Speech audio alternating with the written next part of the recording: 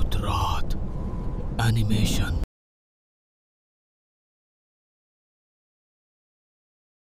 গ্রামের নাম বেতগ্রাম। ছোট একটা শান্ত গ্রাম, চারদিকে ধান ক্ষেত, মাঝখানে একটা পুরনো বড় পুকুর। পুকুরটার নাম পান পুকুর।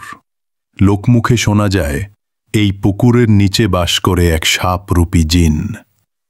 বছরের পর বছর ধরে এই পুকুরটা নিয়ে চলছে ভয়ঙ্কর গল্প। বলা হয় যে কেউ যদি গ্রামের বাইরের মানুষ এই পুকুরে গোসল করে সে আর জীবিত ফিরে আসে না। গ্রামের মানুষ এই কথাটা এমনভাবে মানে যেন ধর্মের মতোই সত্যি। পুকুরটার চারপাশে বড় বড় পানা গাছ, শেওলা জমে সবুজ হয়ে গেছে। জলটা কালো, যেন তল নেই। দিনের বেলাতেও পানির উপর একটা ঘন ছায়া পড়ে থাকে। বলা হয় অনেক বছর আগে এই গ্রামের এক মহিলার গায়ে হলুদের অনুষ্ঠান ছিল। সবাই আনন্দে গান গাইছে, ঢোল বাজছে, মেয়েরা একসাথে হাসছে। গায়ে হলুদের পর সবাই গেল পুকুরে গোসল করতে, কিন্তু সেই হাসির শব্দ হঠাৎ থেমে গেল।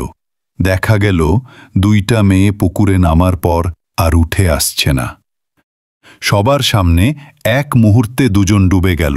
পানির উপর বুদবুদ উঠল, তারপর নিস্তব্ধতা।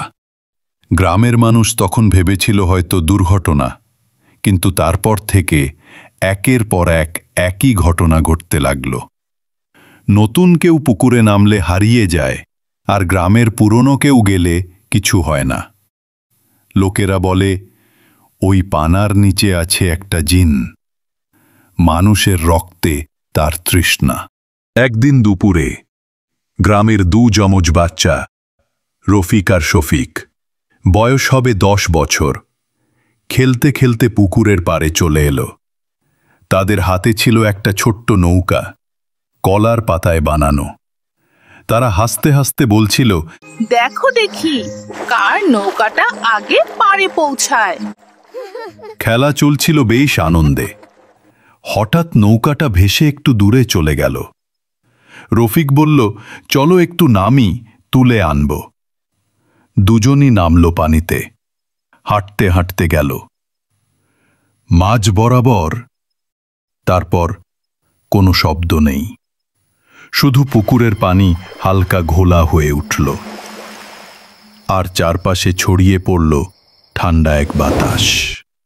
মা এসে চিৎকার করছে, মানুষ দৌড়াচ্ছে, সবাই পানিতে নামল, কিন্তু কিছুই পাওয়া গেল না।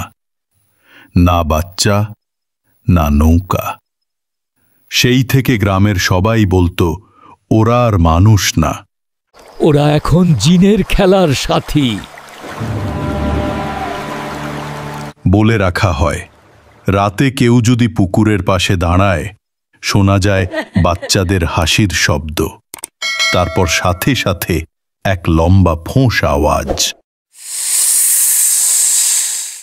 সময়টা ছিল আশ্বিন মাসের মাঝামাঝি। হালকা বাতাস, বিকেলের সূর্য, দূরে বৃষ্টি আসছে। গ্রামে নতুন এক জামাই এসেছে, রহিম নাম তার। উচ্চ শক্ত সমর্থ মানুষ। শহর থেকে এসেছে বউয়ের সঙ্গে দেখা করতে। বউয়ের বাড়িতে সবাই তাকে ঘিরে আনন্দ করছে। হাসি, গল্প, খাওয়া দাওয়া সব চলছে জমে। কিন্তু রহিম গ্রামের সেই পানপুকুরের কথা জানত না।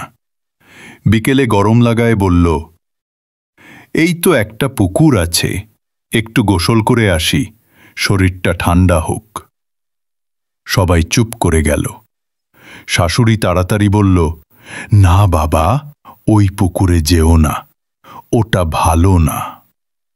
রহিম হেসে বলল, আরে মা, পুকুরে কি হবে আর, শহরে তো প্রতিদিন সুইমিং পুলে নামি।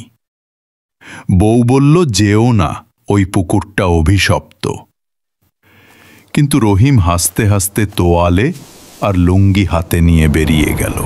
বিকেলের আলো ম্লান হয়ে এসেছে। চারপাশে ঝিঁঝির ডাক, পানির উপর বাতাসে ঢেউ উঠছে। রহিম পুকুরে নামল। শরীরে ঠান্ডা পানি ছুঁয়ে একটা তৃপ্তির আওয়াজ করল, আহা কি ঠান্ডা পানি রে। তারপর ডুব দিল একবার, দুইবার, তৃতীয়বার আর উঠল না, চুপচাপ, একদম চুপচাপ। শুধু পানার পাতার নিচ থেকে একটা গভীর গর্গর আওয়াজ, যেন কেউ ফিস ফিস করছে, এইবার তুই আমার। সময় গেল 1 ঘন্টা, 2 ঘন্টা, তারপর 3 ঘন্টা। রহিম আর ফিরল না। বউ কাঁদতে কাঁদতে চিৎকার করছে, শ্বশুর শাশুড়ি দৌড়ে সবাইকে ডাকছে। গ্রামের সব পুরুষ লণ্ঠন হাতে এসে জড়ো হলো। পুকুরের চারপাশে সবাই দাঁড়িয়ে, কেউ ডাকে, কেউ পানিতে লাঠি ঢুকিয়ে খোঁজে, কিন্তু কিছুই নেই। শেষে ডাকা হলো ডুবুরিদের দল। 3 জন ডুবুরি এসে পুকুরে নামল। পানির নিচে অন্ধকার, চোখে কিছু দেখা যায় না। তারা হাতড়ে হাতড়ে নিচে নামছে, নিচে, আরও নিচে। হঠাৎ একজন ডুবুরির হাতের সামনে ঠান্ডা কিছু স্পর্শ পেল। সে ভেবেছিল গাছের শিকড়, কিন্তু ওটা নড়ছে। চোখ মেলে দেখতে পেল একটা বিরাট কালো সাপ। চোখ দুটো লাল, দাঁত থেকে বুদবুদ উঠছে, আর তার শরীরে পেঁচানো আছে রহিমের নিথর দেহ। সেই মুহূর্তে সাপটা হঠাৎ মুখ খুলে বলল, তুই কে? কেন নিচে নামলি? ডুবুরি ভয় কাঁপছে। সাপটা বলল, ওদের বলিস আমি ওকে আমার করে নিয়েছি, এখন ওদের সিদ্ধান্ত নিতে হবে। যদি ওরা ওর লাশ চায় আমি এখনই দেব, কিন্তু সে হবে মৃতদেহ। আর যদি ওদের ধৈর্য থাকে আমি পরে ওকে ফিরিয়ে দেব জীবিত, কিন্তু তখন সে শুধু আমার কথায় চলবে। ডুবুরি ভয়ে ভয়ে উঠে এসে গ্রামবাসীকে সব বলল। সবাই হতবাক। রহিমের বউ কাঁদছে, শ্বশুর কাঁদছে। গ্রামের মুরব্বীরা একসাথে বসল, কি করা যায়? একজন বলল, জীবিত রেখে লাভ কি যদি সে জিনের নিয়ন্ত্রণে থাকে? আমরা লাশ চাই। অন্যজন বলল, জীবিত থাকলেই তো মানুষ, একবার সময় দাও। কিন্তু শ্বশুর বলল, না, আমাদের লাশ চাই। ডুবুরি আবার নামল পুকুরে। সাপরূপী জিন ওর দিকে তাকিয়ে বলল, তারা লাশ চায়? ডুবুরি মাথা নেড়ে বলল, হ্যাঁ। তখন সাপটা ফোঁস করে উঠল। এক মুহূর্তে ওর ফনা রহিমের গলায় জড়িয়ে গেল। একটা ঠাস শব্দ হল, পানির নিচে রক্তের বুদবুদ উঠল। সেই মুহূর্তেই রহিমের নিথর দেহ ভেসে উঠল পানির উপর। চোখ খোলা, ঠোঁটে লেগে থাকা ফেনা, আর ঘাড়ে সাপের দাঁতের দাগ। তাজা রক্ত টলমল করছে। সেই ঘটনার পর কেউ আর পুকুরের ধারে যায় না। পানার নিচে এখনো মাঝে মাঝে দেখা যায় একটা লাল চোখের আলো জ্বলজ্বল করে। রাতের বেলায় বাতাস থেমে গেলে শোনা যায় ফিস ফিস আওয়াজ।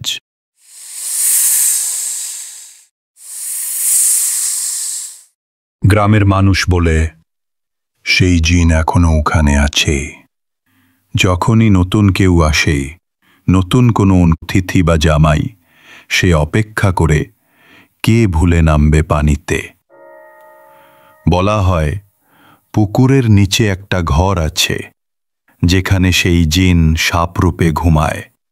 চারপাশে শেওলা, হাড় আর মানুষের ছায়া।